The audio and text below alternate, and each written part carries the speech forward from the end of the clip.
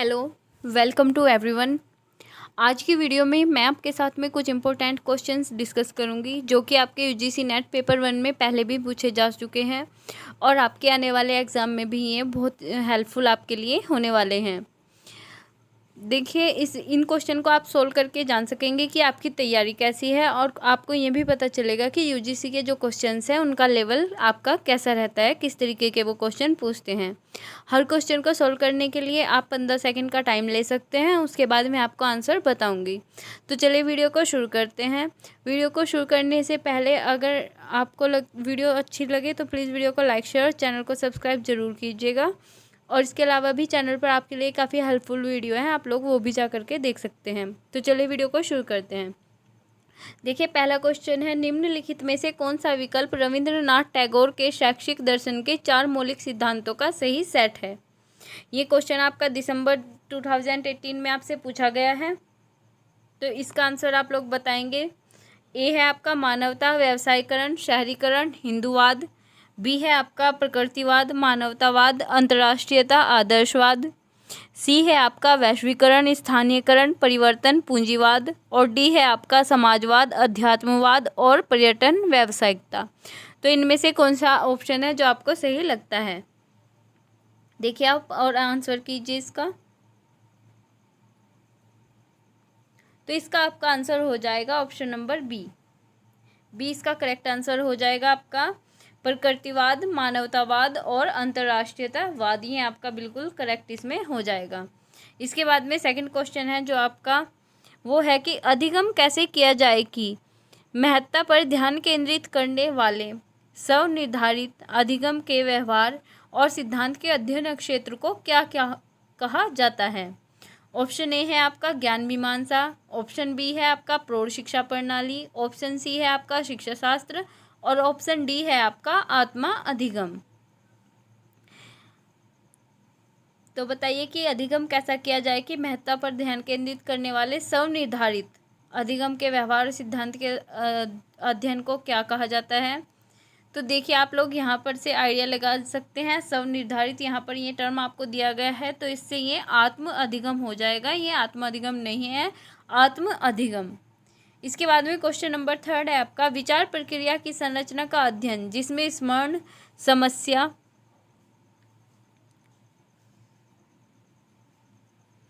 जिसमें कि आपका स्मरण समस्या समाधान और निर्णय लेना शामिल होता है, वह क्या कहलाता है। प्रौढ़ शिक्षा प्रणाली, मनोविज्ञान, शिक्षा शास्त्र यानी कि पेडागोजी, शिक्षा शास्त्र और संज्ञानात्मक विकास। क्वेश्चन एक बार फिर से देखें। विचार प्रक्रिया की संरचना का अध्ययन जिसमें स्मरण समस्या समाधान और निर्णय लेना शामिल होता है, क्या कहलाता है। तो देखिए, ये सब कुछ है जो आपका स्मरण समस्या समाधान और निर्णय लेना, ये सब आपका संज्ञानात्मक विकास के अंतर्गत आता है। तो इसका ऑप्शन नंबर डी आपका करेक्ट हो जाएगा। इसके बाद में क्वेश्चन नंबर 4 है आपका प्रौढ़ शिक्षा में प्रयुक्त विधियों प्रौढ़ शिक्षा में प्रयुक्त विधियों और सिद्धांतों से संबंधित अध्ययन क्षेत्र क्या कहलाता है। आपका शिक्षा शास्त्र, प्रौढ़ शिक्षा प्रणाली, एंथ्रोपोलॉजी और जरा विज्ञान आपका यानी कि गृह विज्ञान नरविज्ञान और जरा विज्ञान। तो क्या कहलाता है आपका, इसमें से आप सही बताइए क्या ऑप्शन होगा। तो देखिए, यहाँ पर एक टर्म यूज हुआ है प्रौढ़ शिक्षा, और तो यहाँ पर भी ये दिया हुआ है प्रौढ़ शिक्षा। तो आप इससे इसको कनेक्ट करके बिल्कुल इजी सा क्वेश्चन है, इसका आंसर आप लोग दे सकते हैं। देखिए, इसके बाद में आपका क्वेश्चन है कोई माप, सॉरी ये माप है, यहाँ पर ये फैन नहीं है, माप है ये यहाँ पर माप। कोई माप किस सीमा तक यादृच्छिक त्रुटि से मुक्त है, इसके मापन की एक विधि में निम्नलिखित में से किसका परिकलन किया जाता है। तो इसका आंसर आपका ए ऑप्शन है विषय वस्तु वैधता, बी है आपका प्रयोगकर्ता की पूर्व धारणा, सी आपका परीक्षण पुनः परीक्षण विश्वसनीयता और डी है आपका मांग अभिलक्षण। देखिए, क्वेश्चन एक बार फिर, कोई माप किस सीमा तक यादृच्छिक त्रुटि से मुक्त है, इसके मापन की एक विधि निम्नलिखित में से किसका परिकलन किया जाता है। तो देखिए इसका आपका आंसर हो जाएगा ऑप्शन नंबर सी, परीक्षण, पुनः परीक्षण, विश्वसनीयता। इसके बाद में नेक्स्ट क्वेश्चन है आपका, गुणात्मक शोधकर्ता की ओर मात्रात्मक शोध की प्रवृत्ति के कारण उसकी निंदा करते हैं। उसका आपका ऑप्शन है ऑप्शन नंबर ए, साक्ष्य पर जोर, बी है आपका अनुभववाद पर जोर, सी है आपका हंसवाद और डी है आपका सृजनात्मकता के प्रति अत्यधिक अनुरक्ति। तो इसका आंसर आपका हो जाएगा ऑप्शन नंबर सी, हास्यवाद। इसके बाद में नेक्स्ट क्वेश्चन है आपका, यादृच्छिक त्रुटि को कम करने के लिए निम्नलिखित में से कौन सी विधि उपयुक्त है। यादृच्छिक त्रुटि को कम करने के लिए निम्नलिखित में से कौन सी विधि उपयुक्त है। ऑप्शन नंबर एक है आपका दीर्घ निर्देश आकार का चयन, ऑप्शन नंबर बी है आपका 1 सप्ताह के समय अंतराल के पश्चात परीक्षण करना, ऑप्शन बी है आपका ऑप्शन सी है आपका हर बार एक समान रूप से उपचार करना और डी है आपका कार्य साधन जांच करना। यानी कि यादृच्छिक त्रुटि को कम करने के लिए आपकी कौन सी विधि सबसे ज़्यादा उपयुक्त है। इसका आंसर आपका हो जाएगा ऑप्शन नंबर सी, हर बार एक समान रूप से उपचार करना। इसके बाद में नेक्स्ट क्वेश्चन है आपका, शोध में आचार संहिता के संदर्भ में एपीए से क्या अभिप्राय है। शोध में आचार संहिता के संदर्भ में एपीए से क्या अभिप्राय है, इम्पोर्टेंट क्वेश्चन है ये आपका। तो इसका आपको बताना है, एपीए की फुल फॉर्म आपसे पूछी है इसमें, और आचार संहिता के संदर्भ में इसका क्या अभिप्राय है ये आपसे पूछा है। एडवांस साइकोलॉजिकल अथॉरिटी, बी आपका अमेरिकन साइकोलॉजिकल एसोसिएशन, सी है आपका ऑस्ट्रेलियन साइकोलॉजिकल एसोसिएशन और डी है आपका एसोसिएशन ऑफ साइकोलॉजिकल असेसमेंट्स। तो इसका आंसर आपका क्या हो जाएगा। इसका आंसर आपका हो जाएगा अमेरिकन साइकोलॉजिकल एसोसिएशन। इसके बाद में नेक्स्ट क्वेश्चन है आपका, संकेत को द्वितीयक उत्पादक माना जाता है। संकेत को द्वितीयक उत्पादक माना जाता है। इसका ऑप्शन है आपका संदेश का, माध्यम निर्माण का, सी है अर्थ की सटीकता का और डी है सूचना और मनोरंजन का। तो संकेत को किसका द्वितीय उत्पादक माना जाता है ये आपको बताना है। तो इसमें आपका ऑप्शन नंबर बी बिल्कुल सही है, माध्यम निर्माण का द्वितीय उत्पादक हम संकेत को मानते हैं। इसके बाद में नेक्स्ट क्वेश्चन है आपका, कक्षागत संभाषण को क्या माना जाता है। कक्षागत संभाषण को क्या माना जाता है।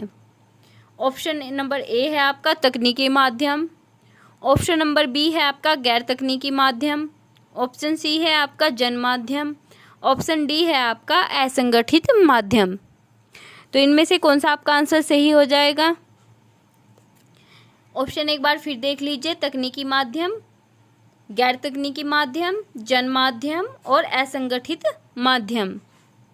कक्षागत संभाषण क्या है आपका, तो ये है आपका ऑप्शन नंबर बी, गैर तकनीकी माध्यम। इसके बाद में नेक्स्ट क्वेश्चन है आपका, इसमें से आपको बताना है कि इनमें से कौन कौन से सही है और कौन कौन से नहीं है। देखिए ये क्वेश्चन इस तरीके के अभी जो पेपर हो रहे हैं फिलहाल उनमें आपको इस तरीके के क्वेश्चन ही ज़्यादा देखने के लिए मिलेंगे।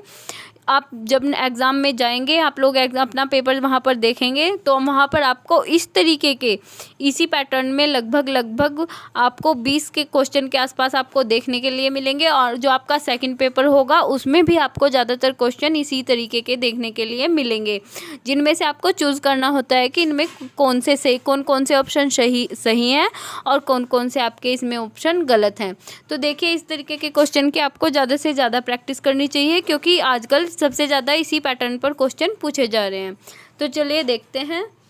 एक कक्षा में संप्रेषण प्रभावी होता है यदि प्रतिभागी ऑप्शन नंबर ए सक्रिय हो, ऑप्शन नंबर बी समान अनुभूतिपूर्वक हो, ऑप्शन सी विषमलिंगी हो, ऑप्शन डी समलिंगी हो, ऑप्शन ई मूक हो, ऑप्शन एफ है आपका सहज रूप से आत्मसात करते हों।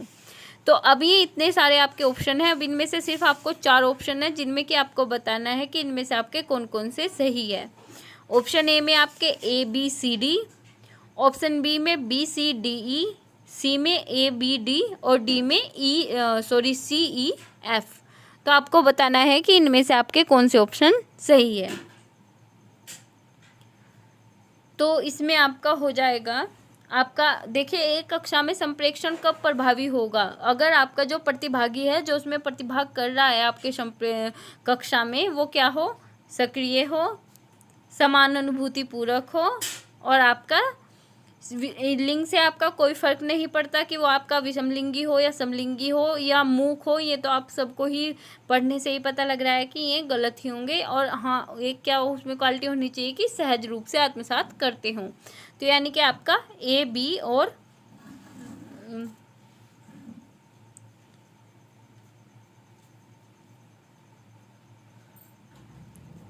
ए बी और एफ आपका इसमें हो जाएगा, लेकिन ये इस ऑप्शन में नहीं दिया है, तो आप यहाँ पर ए बी और एफ कर लीजिएगा। इसके बाद में नेक्स्ट क्वेश्चन है आपका, छात्रों की सूचना ग्रहण करने की युक्तियाँ होती हैं। देखिए ये क्वेश्चन भी आपका जो आपका दिसंबर 2018 का 2008 का एग्ज़ाम 18 का एग्ज़ाम हुआ था, उसमें आपका पूछा गया था। तो इम्पोर्टेंट क्वेश्चन है, छात्रों की सूचना ग्रहण करने की युक्तियाँ होती हैं। छात्रों की सूचना ग्रहण करने की युक्तियाँ होती हैं। ऑप्शन ए निर्जीव तत्व उन्मुख, प्रत्यक्ष, अकार्यात्मक, अप्रत्यक्ष, तृतीय पक्ष और परीक्षण। तो इसमें से आपको बताना है कि कौन कौन से सही होंगे। ऑप्शन ए है आपका A B D E, option B है आपका B C E F, option C है आपका बी डी ई एफ और ऑप्शन डी है आपका ए बी सी एफ। तो इनमें से आपको बताना है कि कौन कौन से सही होंगे।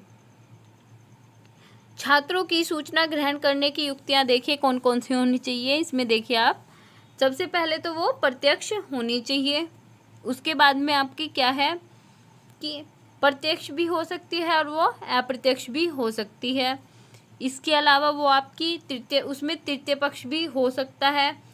और एफ जो आपका परीक्षण है वो तो उसमें होना ही होना है, जो भी छात्र स्टूडेंट्स आपके ग्रहण करने हैं तो परीक्षण तो उसमें होना ही होना है। तो इसमें आपके ऑप्शन हो जाएंगे बी डी ई और एफ। तो ये आपके कौन से ऑप्शन में है, ए बी सी, तो ये हो जाएगा आपका ऑप्शन नंबर सी। इसके बाद में नेक्स्ट क्वेश्चन है आपका, ये आपका रीजनिंग का क्वेश्चन है। देखिए इम्पोर्टेंट क्वेश्चन है ये भी। यदि डाइव को आई एम वाई जे के रूप में कूटबद्ध किया जाता है तो टेक का कूट क्या होगा। यदि वाई को यदि डी आई वी ई को आई एम वाई जे के रूप में किया जाता है तो जो आपका टेक है उसका कूट आपका क्या होगा। देखिए अगर यहाँ पे मैं क्वेश्चन सोल्व करूँगी तो वीडियो काफ़ी लंबी हो जाएगी। अगर आपको रीजनिंग की वीडियो चाहिए इस तरीके की तो आप बता दीजिए, वो मैं आपके लिए अलग से बना करके अपलोड कर दूँगी। फ़िलहाल यहाँ पर हम सिर्फ आंसर ही इसका शेयर करेंगे। तो इसका आंसर आपका हो जाएगा, वैसे फिर भी अगर आप लोग देखना चाहें तो ये बिल्कुल सिंपल सा है। आप लोग यहाँ पर देख सकते हैं कि इसमें ये प्लस के बेस पे चला हुआ है कि डी और देखिए डी आई वी ई, यहाँ पर देखिए आप आई एम वाई और जी। तो देखिए यहाँ पर +5 +4 +3 और +2 इस तरीके से ये क्वेश्चन हुआ है। तो इसी तरीके से अगर आप इसको सॉल्व करेंगे TAKE, तो इसमें आप अगर सबसे पहले +5 करेंगे यहाँ पर तो आपका क्या आ जाएगा, टी के बाद +5 करेंगे आप लोग तो आपका क्या आ जाएगा, तो ये आपका आ जाएगा Y, फिर उसके बाद में +4E +3N और +2G। तो ये हो जाएगा आपका YENG। इसके बाद में है क्वेश्चन नंबर 14, श्रृंखला को पूरा कीजिए। श्रृंखला को पूरा कीजिए। सबसे पहले आपका 56 40 27 17 10। इसके बाद में बताना है आपको कि इसके बाद में क्या आएगा। ऑप्शन नंबर ए है आपका 6, बी है 7, सी है 8 और 5 है डी। तो ये बताना है आपको क्या आएगा यहाँ पर। तो इसमें हो जाएगा आपका ऑप्शन नंबर ए, यानी कि यहाँ पर 6 आएगा। 6 आपका किस तरीके से आएगा देखिए, ये आपका एक माइनस और प्लस के बेस पे अंतर हुआ है, उसके बाद में ही आपका आया है। मैंने बताया कि अगर आपको रीजनिंग की वीडियो चाहिए कि आपके नेट में किस तरीके के क्वेश्चन आते हैं, तो हम सिर्फ रीजनिंग के क्वेश्चंस को लेके एक पूरी वीडियो आपके लिए तैयार कर देंगे कि आपके पिछले ईयर्स में जो भी आपके रीजनिंग के क्वेश्चन आए हैं वो किस तरीके के आए हैं और कैसे सोल्व करने हैं। फिलहाल इसमें आपका आंसर हो जाएगा ए। इसके बाद में नेक्स्ट क्वेश्चन है आपका, वर्ण श्रृंखला को पूरा कीजिए। यानी कि वो पहले आपको जो थी डिजिट सी थी वो पूरी करनी थी और अब आपको वर्ण श्रृंखला को पूरा करना है। तो इसमें आपको वर्ण दिए हैं ME, KH, IK, GN। तो इसमें आपको बताना है कि इसके बाद में क्या आएगा, EQ, CK, BD या DF। आपको बताना है कि इसके बाद में क्या आएगा।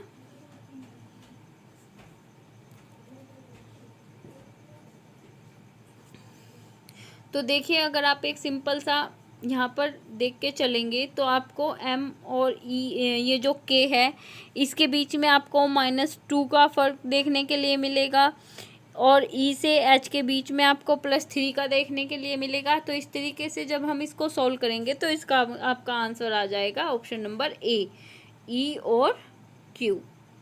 ये आपके यहाँ पर आ जाएंगे E और Q।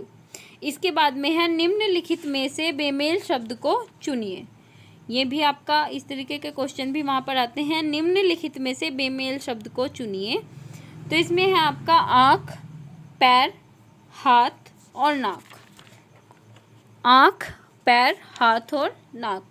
तो इसमें आपका हो जाएगा ऑप्शन नंबर बी, नाक। इसके बाद में नेक्स्ट क्वेश्चन है आपका, राम ने कहा मैं अपनी माँ का अकेला बालक हूँ। उसके बाद उसने एक लड़के की ओर इशारा करते हुए कहा, यह लड़का मेरी माँ के पौत्र का पति है। तो बताइए राम का उस लड़के से क्या संबंध है। देखिए एक बार फिर क्वेश्चन देख लीजिए। राम ने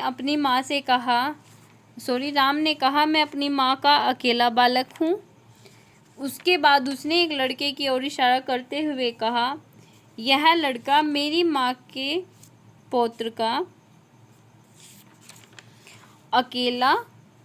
मेरी माँ के पौत्र का पति है। यानी कि मेरी माँ के पौत्र का पति है। तो इसका इस लड़के से क्या रिलेशन होगा ये आपको बताना है। तो इसका आंसर आपका हो जाएगा फादर इन लॉ। तो राम का उस लड़के से क्या संबंध है, तो ससुर का संबंध है। इसके बाद में नेक्स्ट क्वेश्चन है आपका, निम्नलिखित में से किस तर्क में निष्कर्ष संभाव्य से अधिक नहीं हो सकता है। निम्नलिखित में से किस तर्क में निष्कर्ष संभाव्य से अधिक नहीं हो सकता है। ऑप्शन नंबर ए है आपका आशययुक्त, ऑप्शन बी है आपका सादृश्यतापूर्ण, ऑप्शन सी है आपका निगमनात्मक और ऑप्शन डी है आपका प्रदर्शनात्मक। तो बताना है कि इसमें से निम्नलिखित में से किस तर्क में संभाव्य से अधिक नहीं हो सकता है। तो ये आपका हो जाएगा ऑप्शन नंबर बी, सादृश्यपूर्ण। इसके बाद में नेक्स्ट क्वेश्चन है आपका, निम्नलिखित में से कौन सा नेटवर्क, ये आपके ICT के क्वेश्चन हैं जो इसके बाद में स्टार्ट होने वाले हैं। ये क्वेश्चन आपके ICT के हैं जो कि आपके 5 क्वेश्चन पूछे जाते हैं 10 मार्क्स के। 2 नंबर का एक क्वेश्चन होता है आपका, 5 क्वेश्चन आपके ICT से आते हैं। निम्नलिखित में से कौन सा नेटवर्क सांस्थिति टोपोलॉजी नहीं है। ठीक है, निम्नलिखित में से कौन सा नेटवर्क सांस्थिति टोपोलॉजी नहीं है। ऑप्शन ए है आपका रिंग, बी है चैन, सी है बस और डी है आपका स्टार। तो बताइए कि इनमें से कौन सा नेटवर्क है जो टोपोलॉजी नहीं है। तो ये हो जाएगा आपका ऑप्शन नंबर बी, चैन। इसके बाद में नेक्स्ट क्वेश्चन आपका, निम्नलिखित में से कौन से पॉइंटिंग उपकरण हैं। निम्नलिखित में से कौन से पॉइंटिंग उपकरण हैं। मैंने आपको पहले ही बताया है कि इस तरीके के क्वेश्चन आपको ज़्यादा देखने के लिए मिलेंगे। क्वेश्चन का पैटर्न इस तरीके का आपको ज़्यादा देखने के लिए मिलेगा। जब आप एग्ज़ाम देने जाएंगे तो आप देख लीजिएगा इस चीज़ को, इसलिए आपको इन क्वेश्चन की ज़्यादा से ज़्यादा प्रैक्टिस करनी चाहिए। तो आपको बताना है ऑप्शन नंबर, इनमें से कौन से पॉइंटिंग उपकरण है। ए है आपका ट्रैक वॉल, बी है आपका टच स्क्रीन, सी है आपका ग्राफिक टैबलेट और डी है आपका जॉयस्टिक। इसके बाद में कूट है जो आपका, उसमें क्या है, केवल ए। दूसरा है आपका ए और डी। तीसरा है आपका ए बी और डी और चौथा है आपका यह सभी। इसमें आपका यह सभी में ए बी सी और डी, यानी कि ये चारों। तो बताइए आपका कौन कौन से पॉइंटिंग उपकरण है इनमें से। तो इसका आपका आंसर हो जाएगा यह सभी। ये सभी जो हैं आपके track wall, touch screen, graphic tablet और जॉयस्टिक, ये सभी आपके कैसे हैं, ये आपके पॉइंटिंग उपकरण हैं। तो देखिए यही थी आपके लिए आज की वीडियो। इस वीडियो में मैंने सभी वो क्वेश्चन कराए हैं जो आपके यूजीसी नेट के फर्स्ट पेपर में पूछे गए हैं।